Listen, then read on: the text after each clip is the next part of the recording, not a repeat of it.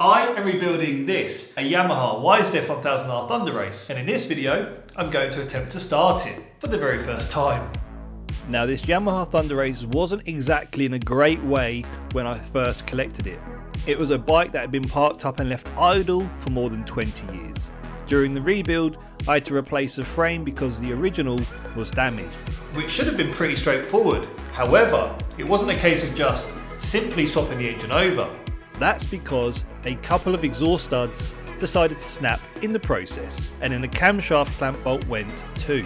This caused me all sorts of pain, and did you know what didn't help was the fact I was rebuilding this bike from my driveway.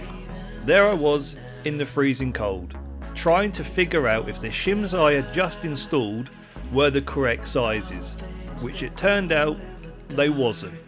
But then life got slightly easier because I got myself this workshop, which meant I could finally complete the top end rebuild properly. Then have my girlfriend go ahead and install the engine into the frame for me because I haven't got a clue what I am doing. Let me tell you, it's been quite a frustrating rebuild. It's not been easy, but looking at it now, it's not far from being complete. So I'm excited, but also quite nervous because in this upload, this is where we find out if my rebuild has been successful or not. So yeah, it has been quite the journey, but before we attempt to start the bike, I need to finish off a handful of things, first starting with the gear peg and selector.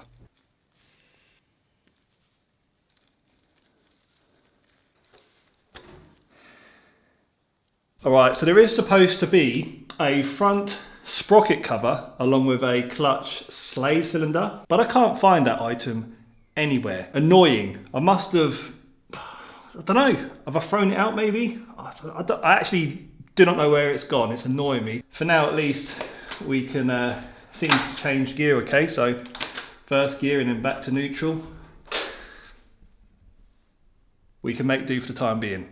Next up we need to sort this cut wire that I snipped during the bike's strip down.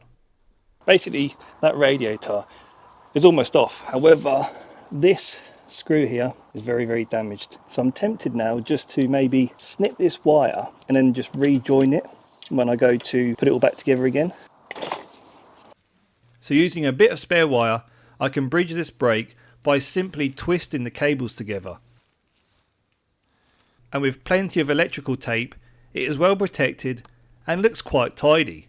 Now we need to fill the radiator with this silicate antifreeze. According to the service manual, it must contain ethylene glycol.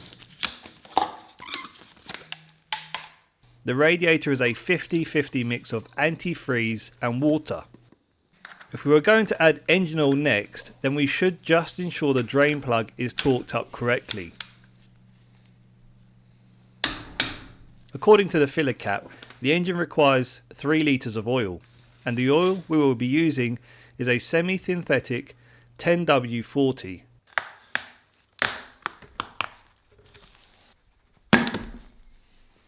I find it quite satisfying putting fresh oil into the engine. It's like feeding it new life. When I am happy with the amount of oil in the engine, I move on to the battery next, which, based on past experience, I don't want to assume the battery is healthy because it is new, so I just double check if it needs charging or not, as you never know how long it has been sat around for, and this battery shows full.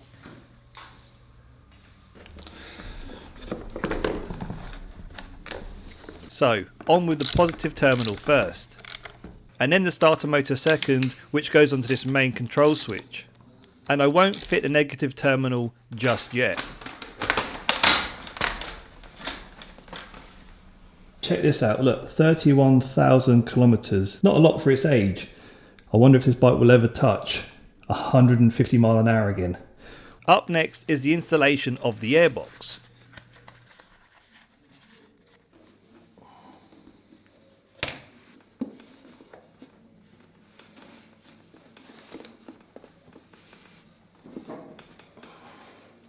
And we have a fresh new air filter to install.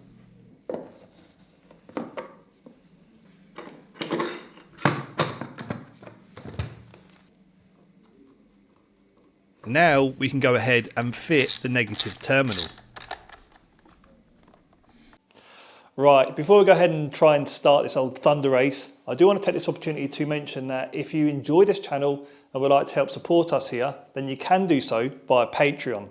As a Patreon supporter, this will also give you the chance to win the project bikes that feature on the channel. This £4,000 Honda Blackbird build was a previous bike that we delivered to a lucky Patreon supporter. With your support, the more bikes we can rebuild, and then the more bikes we can give away to you. So thank you ever so much for your support. And now I guess we should find out if this Thunderace will actually start. Oh, I'm very, very nervous. We've got the key here and also the alarm fob. So how about we pop the key in for the very first time. No, it's not turning. Why is it not turning? The key seems a bit sticky. Oh, there we go. Do we have any lights? We have no lights. Oh, hang on a minute. We now have a light. We now have a neutral light. Don't hear a fuel pump priming, but everything, I believe, other than the fuel tank is connected. I am a little bit tempted to go ahead and press the starter button and try and circulate the oil around the engine before we attach the fuel tank and feed the engine any fuel. Trying to circulate the oil isn't such a bad thing before we actually properly fire the bike up, assuming it's actually going to run. Let's go ahead and try that. Nothing. I am going to just pull in the clutch while I press that button to see if that will do anything. Nope, still nothing. So I guess we now need to check the fuses, just make sure that nothing is amiss. The fuses seemed okay, but I cleaned them up slightly just in case. All right, let's try again. Okay, I don't want to get my hopes up just yet, but I might have discovered the problem. This blue is plugged into that black. However, I've discovered this blue plug with nothing plugged into it, and that blue looks like that blue. So I wonder if I plug that into that one, we might get some life.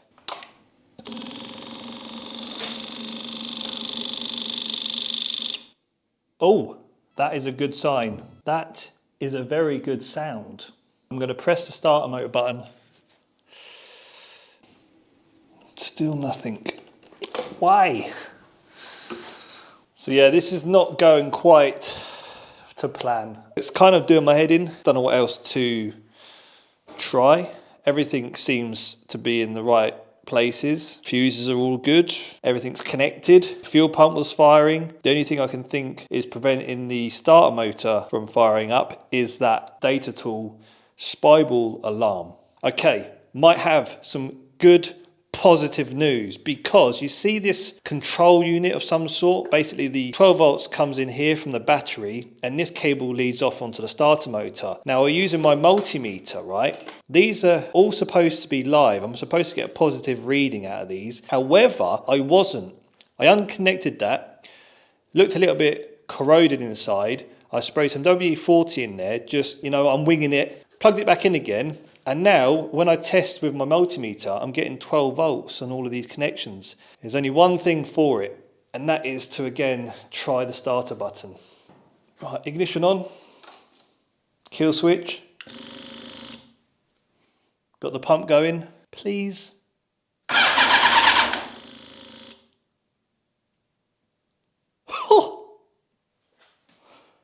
It turned over briefly. Can I hold it?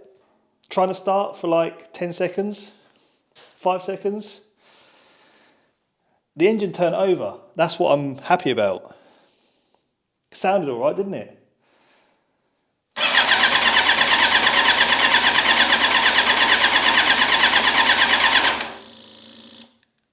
Do you know what we need next? We need to put some fuel through the system, don't we?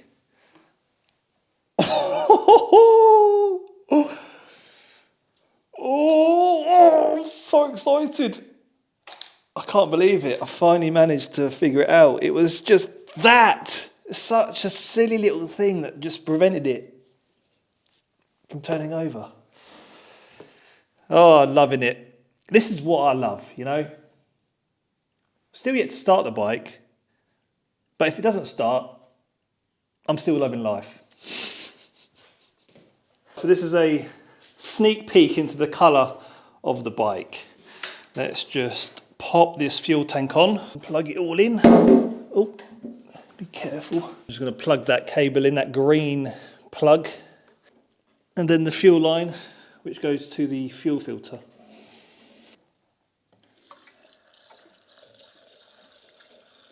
Fuel tank is on the motorcycle. Engine is in the bike. We're all bolted up. We've got the exhaust system on. Cobwebs in the tailpipe. Fuel in the fuel tank. Clocks in situ. Okay, so this is the moment of truth. I'm very nervous because, well, I rebuilt that top end from my driveway. I'm a novice. That's the first time I've rebuilt the top end of a 4-stroke motorcycle, and it was a 4-cylinder 20 valve motor. And I'm not convinced, well, there was a few things that went wrong in the process. So now I'm about to start the bike for the very first time, and I don't know how this is going to go. It could go terribly wrong, or it could, by some miracle, actually not blow up into a million pieces. So, wish me luck, and before we go to start the bike, please, how about you subscribe, hit the thumbs up, because this is why this channel is so fun. This is why I enjoy making content, because whilst I'm nervous, I'm also very excited. So, without further ado, let me go and hit the start button.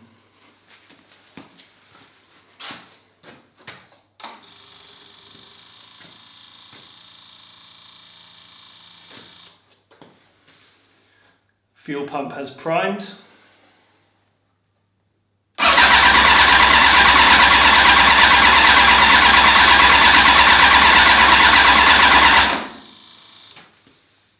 Maybe we need some choke.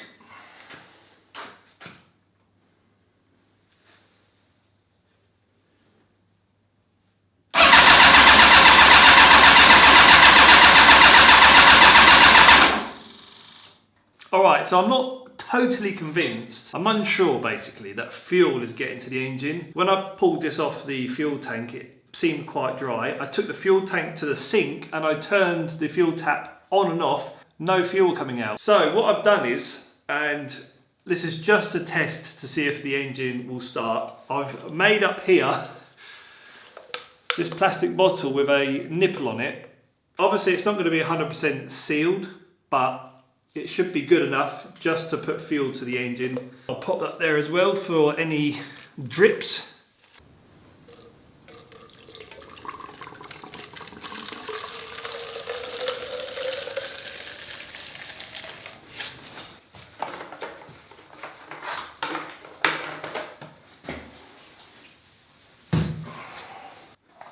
Pretty decent. I'm a professional, mate.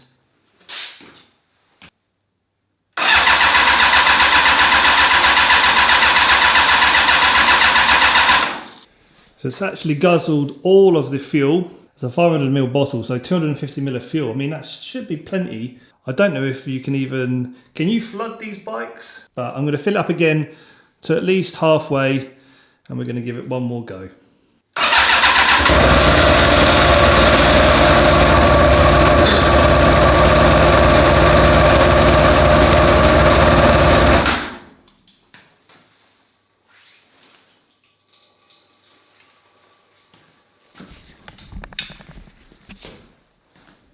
Oh dear, we've got an oil leak. I don't even know where it's come from. I heard something crack. Oh no. Oh dear. What the hell is that? That is not a good sign. So yeah, not great, is it? As soon as I heard that ping noise, which I didn't realise at the time was this rod, which I found just over there behind me. Heard the ping, looked over the top of the engine, noticed the oil rushing out, cut the engine immediately. But it does make sense that the oil is coming out of the engine because this rod is now missing. This is part of the clutch, the hydraulic clutch, and it slides deep into that engine and it's missing the clutch slave cylinder, obviously. So I am praying that all we need to do is, well, I'm going to have to buy one because I can't find the one that came off this bike. I have no idea where it's gone. So I'm going to order one, install it with this rod in place, and then I am hoping that was all it was. I don't want to start the bike up again because of course it's too risky now, but we won't find out, I guess, until I get the clutch slave cylinder. It's all good fun. This is what I love. I love learning. So yeah, let's leave it there then, I guess. I can't proceed any further for now, so I guess if you enjoyed this and you find it amusing, please subscribe. Join me along for this exciting journey of all things bright and beautiful. Oh, I guess it could have been worse. The engine could have imploded.